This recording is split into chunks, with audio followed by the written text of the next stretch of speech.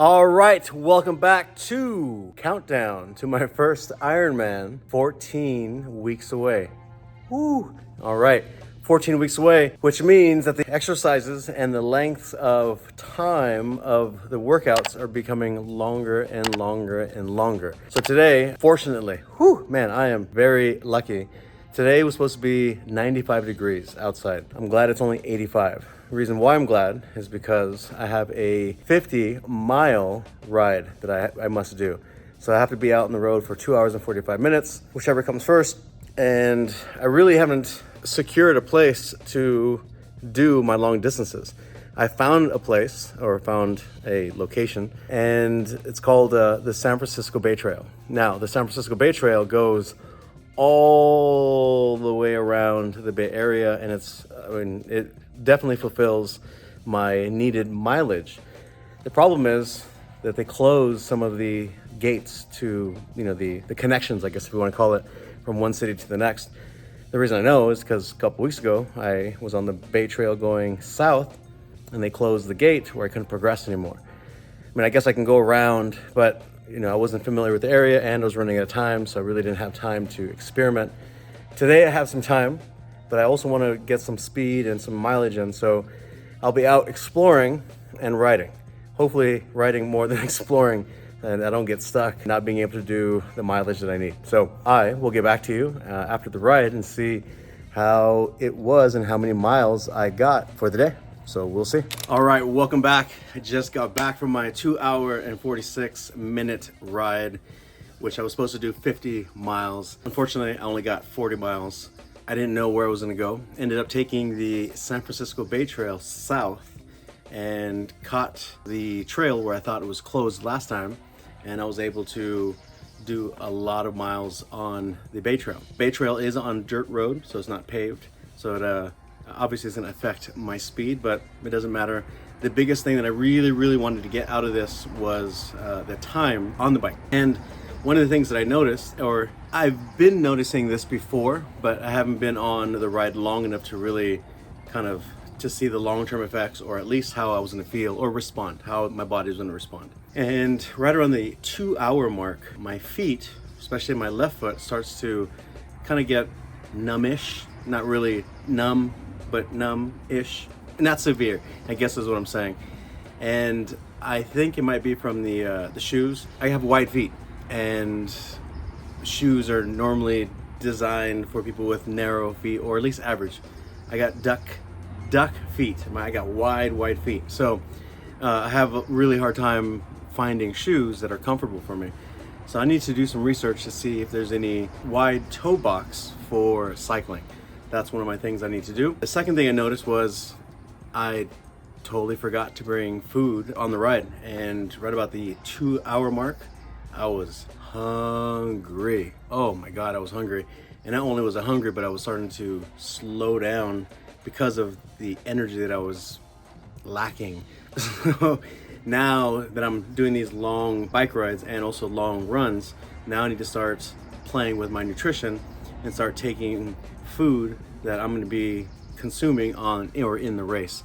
So either the goos or the I forgot what they're called, not Smarties, but anyways, but there's small little candy like gummies that I might prefer those over the goos. But anyways, now is the time to experiment, because now the time is ramping up. So that's what I really got out of this ride. It was a very good ride, and I got to clean my bike again because I was on dirt road. But outside of that, it was a very good experience. Everything worked well. So I need to get wider shoes, like always. All right, welcome back. So in this portion, or this part of the video, I'm going to cover my supplements. I'm a very simple individual, so I don't consume too many supplements. So what I'm gonna do is I'm gonna share with you my micronutrients and my macronutrients, and the company that I've chosen to use their supplements and why. First, I chose First Form for their supplements. Now, the reason I've chosen First Form is because Lissy is an affiliate, and I use their products because of her. So I'm going to share with you my Short list of supplements I take. Again, I'm not a big supplement person. Number one, I take a multivitamin variety pack, right? Very simple, 8 vitamins. And the 8 vitamins cover antioxidants, multivitamin, EFA, which is joint support, fruits and veggies, probiotic, so I can say regular, and COQ10, which is for heart health support. Again, very simple. I also don't take them every single day. I take them about 2 to 3 times a week. Very consistently inconsistent. Not because I forget, that's just my opinion. I don't like to do them daily. I don't like to overflush my system with tons of micronutrients. But again, I just feel like 2 to 3 times is perfect for me. Again, you may have your own opinion, and for your own body, that's your choice. For my macronutrients, which is the replenishing of my carbs, proteins, and fats, I've decided to combine or use First Form's combination of Formula 1 and Ignition. Now, the shake is a post-workout shake. Now, post-workout shake, the most important thing to replenish, especially for a high-endurance athlete, is the glycogen stores, which the Ignition covers. And my BCAAs, all my muscle building, comes from the Formula 1.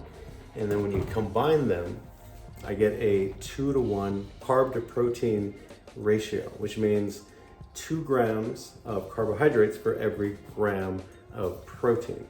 Now, some athletes will require more, from 2-to-1 up to 6-to-1, depending on the athlete, grams of carbs to protein. That is the extent of my supplement intake. So if you are a First Form consumer and you're interested in supporting Lissy and purchasing through them or through her, I will leave a description in the description box or a link for her website, and that's what I do. That's what I take. Very, very simple. Extremely simple. All right, welcome back to the grading of my week 14 week. So here it is. All right, so first things first, let's discuss the swimming. Ever since I took the video of the swimming a couple weeks ago, there was definitely some things I expressed that needed to be fixed. I also got the video and showed it to some of my swimming friends who swim and wanted feedback from them. So the feedback that I got from them is exactly the feedback that I needed, and B was the same feedback that I came up with because I was able to see the same thing, which means that it's extremely noticeable on that mistake. And that big mistake is, when I recover and I catch, my catch is too close, right? I need to be here. So what's happening is as I start to cross over, right, see how I'm no longer streamlined, right? My body's gonna start, and that's why I said I was rocking back and forth, because I wasn't getting streamlined because my arms kept on crossing over. So I have to start, boom, oops, sorry, did it again, bow. Making sure that I go here versus here. So that is definitely something that I've been working on and really being conscious about. So I can feel the glide getting much better. So I know that's going to be a huge improvement. So I give myself an A plus for doing all my work, really paying attention to the swimming stroke and improving my stroke. And the best part is that next week coming up, we're going to Sacramento. Finally get to swim in open water with my wetsuit and with my tri-suit. I'll have everything on. I want to be ready to go, and there's going to be 3 of us. So since there's going to be 3 of us, what I want to do is I kind of want to hopefully swim together and start splashing and kind of mimicking what it's going to feel like having the inconsistency of when to breathe, not even the chaos of people around you. So I'm hoping that we're going to play around with that while we're there, on top of swimming and getting used to the water and all that good stuff. And the visibility, right? In the pool, I got 20/20 vision of the floor. Now in the water might be murky, the water might be clear, the water might be horrible, might be whatever. One of the videos that I watched of this guy that he finished his first Ironman, he said that when he jumped into the water that he had no visibility. Like the water was so muddy or dark, whatever he said, that he had none. And he wasn't expecting the no visibility. So he really had to, sight, look to see where he's at when he would swim. And he said it really threw off his game. So I really want to make sure that when we go up to the river, I kind of want to have a feel of what it feels like to swim in open water with the visibility not being as clear as the pool and as clear as Lake Tahoe that I swam back in October of last year. Maybe November-ish, somewhere in there. So, the swimming in Lake Tahoe is clear. So it was like snorkeling. It was so beautiful, but I don't want that perfectness. Kind of weird saying that. I don't want that perfectness because I need to have that race day visibility with all the people splashing. I don't know what the visibility is gonna be like. So this is really gonna fulfill a lot of my curiosities when we swim in the same river that we're gonna swim during the race. So I'm very, very excited. Again, we're gonna be swimming from the American River to the Sacramento, or Sacramento to American. I really don't know the the sequence, but we're going from one to the other. We're transitioning. So that's gonna be interesting. I know that we're not gonna do the full route, but we will do some of the route and swim. And I did buy a open water buoy. I'm prepared, I'm ready to go. I've been watching a lot of videos, so I would have never even thought of that. And that's one of the things that everyone uses to keep them protected from boats and all the other stuff. So I will be going up with safety. Another thing too is I will be taking my drone. Hopefully we can get some drone shots of us swimming. There's 3 of us, so one of us is not gonna be able to swim while we take some video. So hopefully we get some good video shots of the swim, if they allow us. All right, so A+ on the swimming. Next, the biking. All right, so I feel very good. I feel very confident that I know how to change a tire. The one thing that I didn't do in the past, which I did last week, was the cleaning of my bike. Now I know cleanliness is next to godliness, and I just wasn't taught. So now, after last week, thanks to Jeff, he taught me how to clean my bike. So after I came back from this week's long ride on the Bay Trail, half of it, or not half of it, a lot of it is paved, a lot of it's not paved, it's on dirt. So when I go on the dirt, my bike really picks up a lot of dirt, and I gotta clean it so that way the chain stays fresh. So as soon as I got back, the first thing I did was I cleaned my chain, cleaned my bike, made it look all nice and shiny, like a diamond. And that, to me, I'm glad that I'm starting to do that. I'm gonna start doing that once a week, make sure that my bike stays tip top. So I don't think that we're gonna take the bike up to Sacramento. I think we're gonna strictly do a swimming thing. So A+ on the cycling. Now, the beauty of the cycling this week is now I'm starting to know where to go to get some mileage. This week, I went Bay Trail South, which gave me a lot of beautiful, beautiful rides in the levees. I experimented south, so now this upcoming week, I'm gonna experiment going north. I think I can get more road going up north. So I'll definitely be doing north and taking video of the north. So video of the south I already got, and now I'll get some on the north. And when it's time to do that 100-mile ride, I'm going out researching. I need to see where I can go, what streets are connected, all that good stuff, which trails are connected, how do I get from one trail to the next. It's exciting. Again, I don't want to be too much of someone who's exploring, although it is exploring, but I gotta get work. I gotta start increasing the intensity. So definitely doing more of that than exploring. So that's exciting. And I give myself an A+. I did great. Even though I didn't hit my mileage, the 50 miler that I wanted to, I hit 40, but I learned more about the trails and where to go. So I'm really excited about that. The running. So one of my friends comes up to me, he's like, hey, I've been watching your videos. And he says, every week you talk about how much you hate running. I love running. New week, new emotion. Nah, I'm just kidding. No, I've been doing great in my running. One of the things I know about me is that I am a slow starter. Like, for whatever reason, with everything. Every sport that I play, I'm a slow starter. Sometime around the middle of whatever I'm doing, I hit a second wind.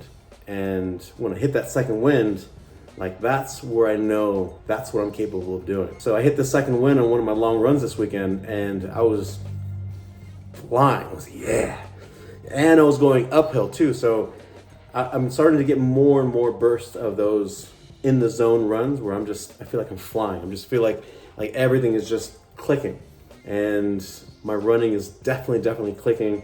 I'm giving myself an A+ on the run for the week. And again, my times are getting higher and higher. I had to run for 2 hours, close to 3 hours. No, that was the bike. 2 hours and 45 minutes, and I ran for 2 hours and 12 minutes. So my runs are getting longer and longer. So that's gonna be interesting. All right, so A+ on the running. I'm feeling really good. Now, what I want to do is on this part of, after the grading, or this part of the video, is I wanted to express my huge appreciation to my support system. Number one, first and foremost, Lissy.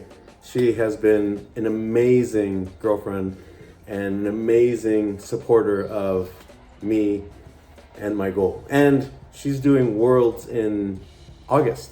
So she has her own thing that she's preparing for, but she has gone above and beyond, I don't know what you want to call them, duties or I don't know. She's gone above and beyond her normal self to really make sure that I'm taken care of.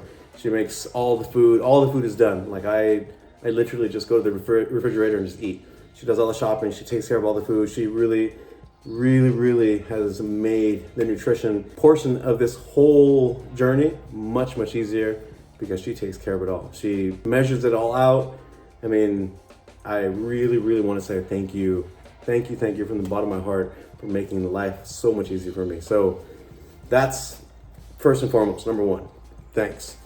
And number two, thanks to all the people who support me, from my clients to my friends. Everyone has been supportive. I've gotten a lot of, I thought you were biting more than you could chew, but the dedication that you've shown and in preparing yourself shows us that you knew exactly what you were doing signing up for this, and you knew that your preparation would help you achieve this feat. Now, again, I haven't achieved it yet, but definitely am working towards not just achieving it, finishing it, but hey, I got a goal of 12 hours and 33 minutes.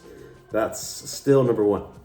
So this all would not be possible without my support system. When my mom and Dawn came, they cooked extra food, froze it for me. So, I have lunches and dinners available to me, making life so much easier. So I just, again, thank you so much for my support. And, you make life easier for me.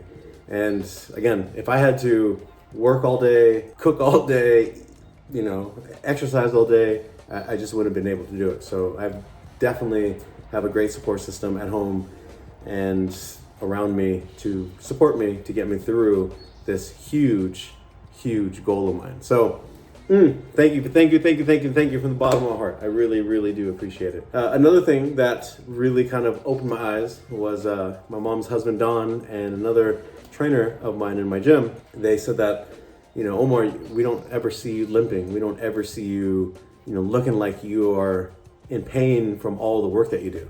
And I really have to say that, number one, being a trainer and really understanding, how the body works, and two, taking care of the recovery as much as the workouts. I spend a lot of time with my boots on. I spend a lot of time taking care of my body, so that way my body does not break down. It's like my body's like a bank account. I have to invest and put in to my body, which is the recovery, because that's my deposit, and I'm definitely withdrawing with all the exercise I'm doing. So I got to make sure that I maintain a positive energy flow, because if I'm in a negative, then I'm not going to make it. So the preparation, the recovery, the workouts, the support system, everything has been amazing.